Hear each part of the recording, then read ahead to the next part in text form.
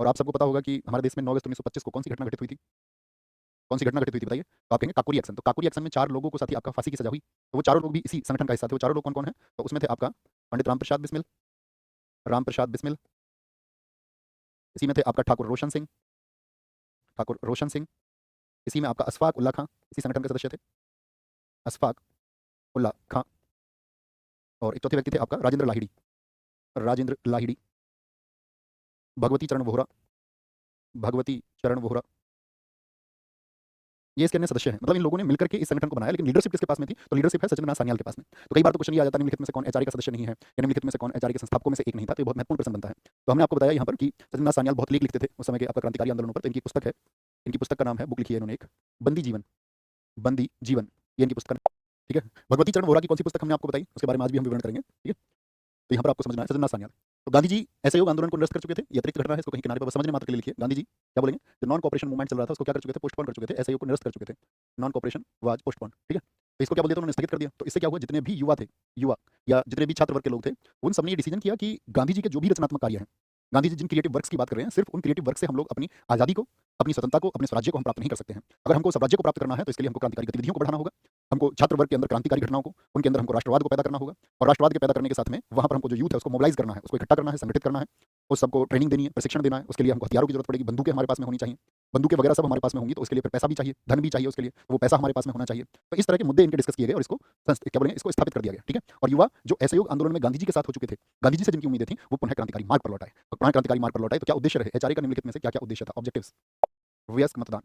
आपको जो पता ही होगा, हमने पॉलिटी में आपको पढ़ाया था कि पहले क्या कौन सा मतदान होता था, लिखिए जरा, अगर आपने ध्यान से उन कक्षाओं को किया है। एडल्ट वोटिंग की बात इन्होंने की, एडल्ट सफरेज की बात इन्होंने की, एडल्ट सफरेज। वयस्क जितने भी लोग हैं, यानी कि पहले क्या होता था, हमने बताया था जो टैक्स पेयर थे, सर ऑर्डर नहीं हो पा रहा है, बच्चा बताओ मैं ऑर्डर अब कैसे कर पाऊंगा मैं? और एक एडल्ट सफरेज यानी व्यस्क मतदान सभी को मिले, क्योंकि मतदान भी तो आपका एक बहुत बड़ी ताकत का अधिकार है। भाई मतदान के द्वारा आप परिवर्तन कर सकते हैं। मतदान के द्वारा यदि सरकार अपनी मनमानी कर रही है तो लोकतंत्र में उसको देखना पड़ता है कि एक दिन तो व्यक्ति से वोट मांगना पड़ेगा, तो अपनी खुले तौर पर मनमानी नहीं कर सकते हैं। समझे बात में? तो व्यस्क मतदान होगा। तीसरी चीज क्या की उन्होंने? भारत को एक राज्यों का संघ बनाएंगे, भारत संघ, India should be A union of states. बहुत बढ़िया, प्रिया सोनकर जी एकदम सही जवाब दिया है, नीरज सूर्यवंशी जी एकदम सही जवाब दिया है। हाँ जी, जरूरत होगी। जब ये इसको चला रहे हैं तो अपने विचारों को भेजने के लिए उन्होंने मुख्यतः दो मैगजीन शुरू की। मैगजीन, एक मैगजीन थी इनकी क्रांति। तो मैगजीन क्या, एक मैगजीन समझिए आप, ये थी इनकी मंथली मैगजीन। कैसी थी? मंथली, एक महीने में एक बार आती थी। ठीक है, एक मंथली मैगजीन थी। और दूसरा इन्होंने क्या बोला कि घोषणा पत्र तैयार कर दिया एक एचआरए का। घोषणा पत्र आप समझते हैं, जैसे पॉलिटिकल पार्टी जब कोई चुनाव लड़ने जाती है तो वो अपना मैनिफेस्टो जारी करती है, भैया तुम हमको वोट दे दो, हम तुमको बिजली फ्री दे देंगे, है ना, तुमको ये फ्री दे देंगे, वो दे देंगे। तो सरकार लुभाती है, और आम व्यक्ति जो शिक्षित व्यक्ति नहीं है वो समझते हैं कि हाँ ठीक है, हमें तो अपना फायदा इससे पहुंचेगा डायरेक्ट। उन्हें नहीं पता घूम फिर के फिर चीजें उन्हीं पर आपका प्रभावित करेंगे और उतना ही पैसा हमको देना पड़ेगा। जो एक तरफ से उनको लग रहा है कि गवर्नमेंट उनको छूट देती है, गवर्नमेंट ने दूसरे रास्ते से उनसे वो ले लिया है, लेकिन वो उनके लिए अदृश्य होता है। जैसे मैं आपको अभी ये बोलूँ कि ये पेन मैं तुमको फ्री दूंगा, तो और इसके लिए मैं कहीं और से आपसे चीजें जुटा लूँ, तो ये क्या है? क्या ये पेन फ्री हुआ आपके लिए? नहीं, आप कहोगे नहीं, भावनात्मक रूप से सिर्फ फ्री है, भावनात्मक रूप से, है ना। तो घोषणा पत्र में उन्होंने क्या लिखा? घोषणा पत्र का नाम था द रिवोल्यूशनरी। ये घोषणा पत्र होता है रिवॉल्यूशनरी। क्या नाम था एचआरए के घोषणा पत्र का? The revolutionary. और याद रखना, रिटन बाई सचिंद्र सान्याल, जो इसका नेतृत्व कर रहे थे, सचिंद्र सान्याल। और इसमें क्या लिखते हैं, बहुत चर्चाओं में इस समय पर आ गया। इन्होंने कहा कि गांधी जी के मार्ग से जो तुम स्वतंत्रता चाह रहे हो वो बिल्कुल प्राप्त नहीं हो सकती, और गांधी जी जिस तरह की बातें कर रहे हैं वो सिर्फ और सिर्फ एक छद्मवेशी महात्मा है। छद्मवेशी समझ रहे हैं? यानी महात्मा का उन्होंने सिर्फ रूप धारण किया हुआ है, महात्मा का, और वो भी कैसा रूप है? वो छद्म वेश है, झूठा एक वेश। द रिवॉल्यूशनरी ने लिख दिया गांधी जी के बारे में। तो ये इस घोषणा पत्र में जब इन्होंने छापा और नीतियां इन्होंने बताई कि आपका स्वराज्य प्राप्त करने का, स्वतंत्रता प्राप्त करने का, इस देश को दास्ताओं से मुक्त कराने का एकमात्र जो रास्ता है वो क्रांतिकारी आंदोलन है, सरकार सिर्फ इससे विचलित हो सकती है। द रिवॉल्यूशनरी में याद रखना, गांधी को, इसमें गांधी को, जो महात्मा गांधी जी थे, उन्होंने लिखा गांधी को छद्मवेशी महात्मा। गांधी जी को क्या लिख दिया उन्होंने? सचिंद्र नाथ सान्याल है। पंडित चंद्रशेखर आजाद को तो ब्रिटिश सरकार कभी पकड़ ही नहीं पाई, आप जानते हैं। उन्होंने एक स्टेटमेंट दिया था कि आजाद हैं और आजाद रहेंगे, और अपने पूरे जीवन भर वो आजाद रहे भी। और इसमें जो आपका सुप्रीम लीडर थे आपका योगेश चंद्र चटर्जी, इन दोनों व्यक्तियों को उन्होंने बोला कि लीडरशिप ये दो व्यक्ति संभाल रहे थे, इन दोनों व्यक्तियों को गिरफ्तार कर लिया जाए। तो सब ब्रिटिश सरकार ने क्या किया? किसको? तो एक बड़ा अच्छा क्वेश्चन पूछा जाता है, सचिंद्र नाथ सान्याल, सचिंद्र नाथ सान्याल और और योगेश चंद्र चटर्जी, योगेश चंद्र चटर्जी चटर्जी की गिरफ्तारी के बाद, गिरफ्तारी के बाद बाद एचआरए का नेतृत्व क्यों देख रहे हैं? इसका महत्व क्या है? क्योंकि पंडित राम प्रसाद बिस्मिल ही थे जिन्होंने योजना बनाई आपका काकोरी एक्शन। तो बहुत बार क्वेश्चन पूछा जाता है, काकोरी एक्शन का मुख्य सूत्रधार कौन था, या काकोरी जो एक्शन है वो किस संगठन के कार्यकर्ताओं ने पूरा किया था? तो एचआरए के सदस्यों ने उसको पूरा किया। दोनों प्रश्नों पर आपको गौर देना है हमेशा, क्योंकि गिरफ्तारी हो चुकी थी 1925 की शुरुआत में आपका, और इसके बाद में जिम्मेदारी आई पंडित राम प्रसाद बिस्मिल पर। अब जो बिस्मिल थे, ठीक है, वो बहुत इंस्पायर थे दो इटालियन पर्सन से, एक था सैको और एक था वेंजेटी। सैको और वेंजेटी ने क्या किया था आपका अमेरिका में उन्होंने बहुत चर्चित मुकदमा है दुनिया का सैको और वेंजेटी का। तो उन्होंने क्या किया था अमेरिका में आपका, मतलब अपना जो संगठन चला रहे थे, और जब आयरिस एक मूवमेंट चल रहा था तो वहाँ पर उन्होंने क्या किया कि कई अमेरिकी जो आपका मतलब वहाँ पर जो खजाने को इकट्ठा करते थे उन लोगों की हत्या कर दी, और $15,000 के करीब लूट लिया। तो यहाँ पर एक मकसद बना कि भाई धन भी हमको प्राप्त करना पड़ेगा, जैसे हम सबने अभी कहा कि धन की जरूरत पड़ेगी, पैसा कहाँ से आए? आप पैसा जनरली ये कहते थे लोगों से कि भाई हमको तो नेशनल मूवमेंट के लिए पैसा चाहिए, रिवॉल्यूशनरी मूवमेंट। अच्छा, तुम कल किसी को गोली मार दोगे। तो दरअसल में जब हम व्यक्ति की इच्छा के अनुसार जब हमसे ये कहते हैं कि तुमको चंदा देना है, तो अक्सर चंदा प्राप्त नहीं होता है, आपको भी पता होगा। तो उन्होंने क्या कहा कि सेठ लोगों पर हमको दबाव देना पड़ेगा। तो छोटी-छोटी आपका इस तरह से जो डकैती थी, उनके प्रयास किए जाने लगे। कि वजह सेठ लोगों के पास में इस देश के लिए पैसे की ज़रूरत है, तो तुम पैसा क्यों नहीं दोगे? तो इस तरह के प्रयास किए जाने लगे। तो एक पक्ष तो ये हुआ कि नहीं, ये नहीं करना चाहिए। भई ये तो पैसा प्राप्त करने का सही तरीका नहीं है। तो उन्होंने कहा पैसा हम खुद के लिए प्राप्त नहीं कर रहे हैं। तो जब अगर हम सरकारी खजाने को यदि लूट लें, तो एक तो एचआरए का सम्मान बढ़ेगा, एचआरए की छवि बढ़ेगी, लोगों में, यूथ में मैसेज जाएगा कि इस देश में वो युवा है जो सरकार से टक्कर ले सकता है, सरकार से सीधे तौर पर जो टकराव कर सकता है। तो एक तो छवि बढ़ेगी और दूसरी चीज़ क्या है, जो धन की समस्या है, भई वेपन्स चाहिए, है ना? ऐसा थोड़ी है कि आप जाके सिर्फ लाठी से लड़ लोगे, नहीं, वेपन्स चाहिए इसके लिए। तो वो दोनों समस्याएँ इसी से दूर होंगी और ये तय हुआ कि भई हाँ, सरकारी खजाने को सेंध लगानी पड़ेगी और खजाना लूटना पड़ेगा और इसी उद्देश्य के साथ में एक आपका 9 अगस्त 1925 को एक घटना हुई। ट्रेन का नाम था 8 डाउन ट्रेन। क्या था? 8 डाउन ट्रेन, एक पैसेंजर ट्रेन थी दरअसल में, यात्री ट्रेन थी। अब इसमें पंडित राम प्रसाद बिस्मिल ने कई बार रेकी करके देख रखा था कि इसमें जो सरकार अपने पैसे वगैरह को भी भेजती है। तो ये जा रही थी आपका सहारनपुर से लखनऊ, ये इसका रूट था। सहारनपुर से काकोरी। तो काकोरी कहाँ पर स्थित है? लखनऊ के पास में स्थित है, ओके? तो ये आपका इधर जा रही थी उस समय। तो सहारनपुर से लखनऊ जाते समय क्या किया गया, इस ट्रेन को बीच में कि भई इसको रोक लेंगे और इसमें जो पैसा रखा हुआ है वो हमको प्राप्त करना है। अब इसको प्राप्त करने के लिए मिशन बनाया गया, तो उसमें कितने पूछा था काकोरी एक्शन में कितने लोग शामिल थे? 10 लोगों की टीम शामिल हुई इसमें। 10 लोग शामिल हुए। 10 लोग इसमें शामिल हुए थे इस घटना को अंजाम देने के लिए, ठीक है? और इन्होंने जाकर के आपका सवार हो गए ट्रेन में। ट्रेन जब पहुँचने वाली थी काकोरी, तो इन्होंने उसको रोकने के लिए जो डिब्बा था आगे जहाँ पर ड्राइवर रहता है, तो वहाँ पर ये पहुँच गए और अपनी जो है पिस्तौल तान दी। पिस्तौल तान दी तो मतलब गोली चलाने का कोई उद्देश्य नहीं था, ना किसी की जान-माल की हानि पहुँचानी थी और वहाँ पर लगभग उसमें 4200 रुपए थे खजाने के। 4200 रुपए इन्होंने प्राप्त किए और उस समय क्या हुआ जब ये उतर रहे थे तो भीड़-भाड़ में एकदम से धक्का-मुक्की में मनमथ नाथ गुप्ता थे इनके साथ में एक, मनमथ नाथ गुप्ता। तो मनमथ नाथ गुप्ता के हाथ से गोली चल गई और वह गोली लगी अली अहमद नाम के एक व्यक्ति को।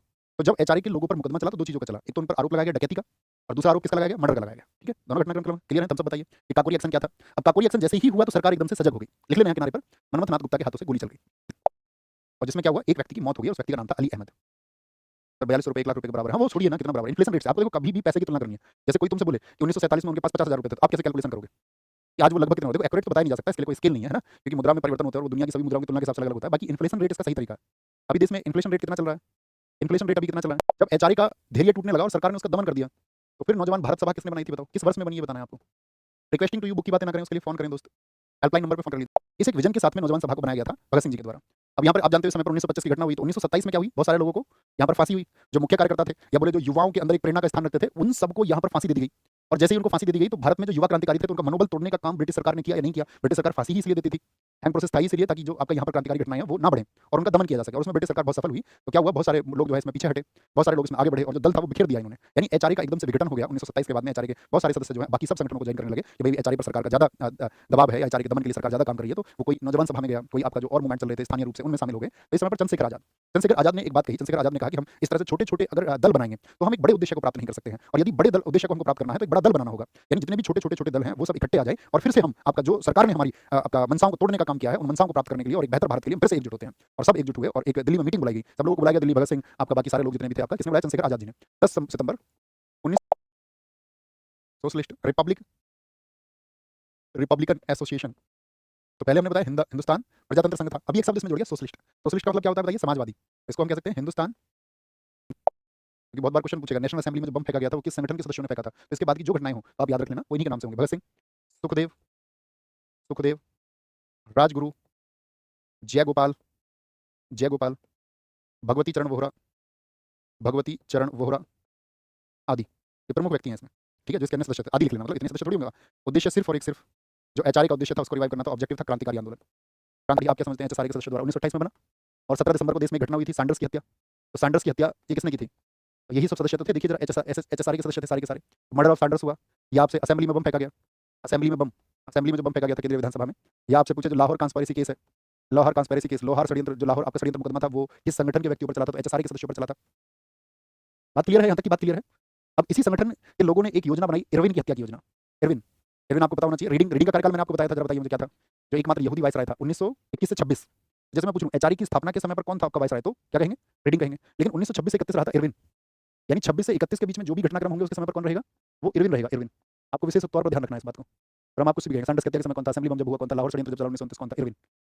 अब इन्हीं संगठन के सदस्यों ने इरविन की हत्या का प्रयास किया। इरविन की हत्या का प्रयास कैसे? भाई वायसराय और वायसराय को उड़ा करके ब्रिटिश सरकार के अंदर एक डर पैदा कर देते हैं और 23 दिसंबर 1929 क्या बोलेंगे? चंद्रशेखर आजाद ने, आजाद थे और आजाद रहेंगे, आजाद ने इरविन की हत्या के लिए प्लानिंग की।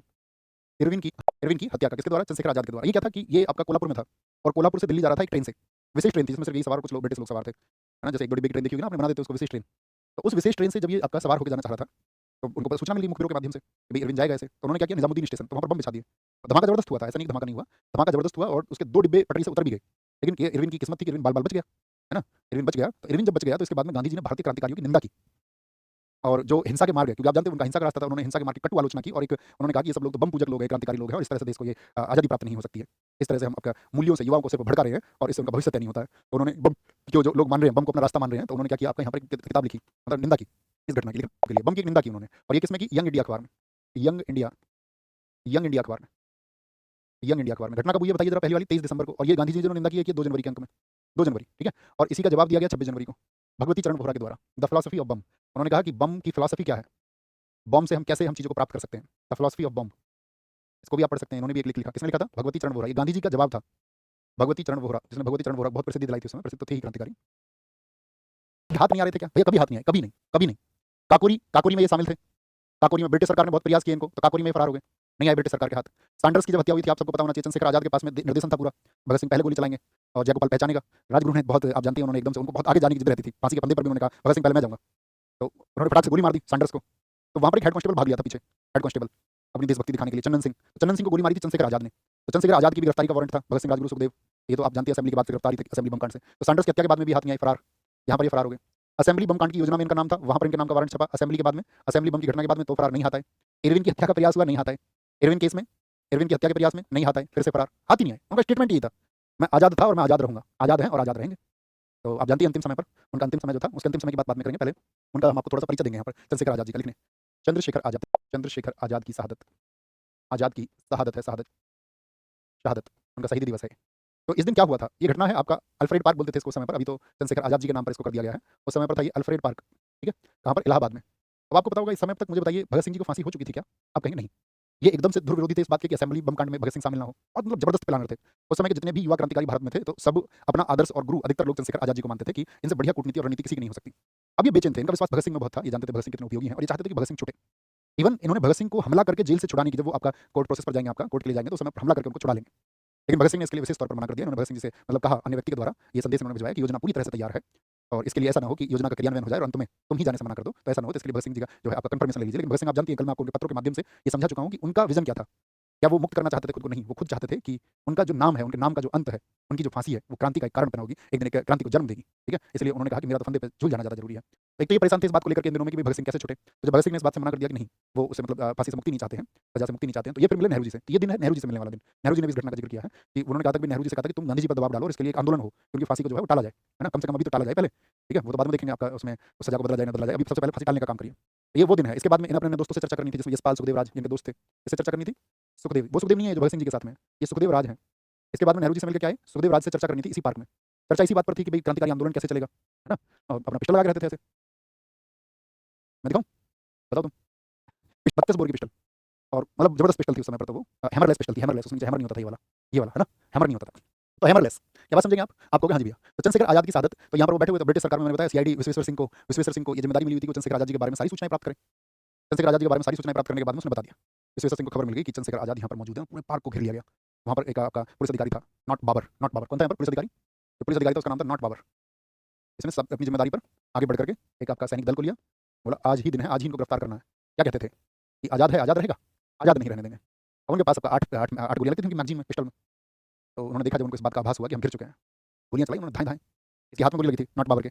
इतना डेस्परेट हो गया था इस पिस्टल के लिए कि नॉट बाबर जब वापस ब्रिटेन गया तो इस पिस्टल को अपने साथ ले गया था, ये पिस्टल तो मुझे चाहिए। और बाद में फिर मतलब भारत सरकार ने दबाव डाला था यूपी गवर्नमेंट के पास में, तो इलाहाबाद म्यूजियम में पिस्टल रखी हुई है, अभी कभी देख के आना आप इसको, है ना, नॉट पावर। तो मतलब वो एनर्जी देती है चीज़ें।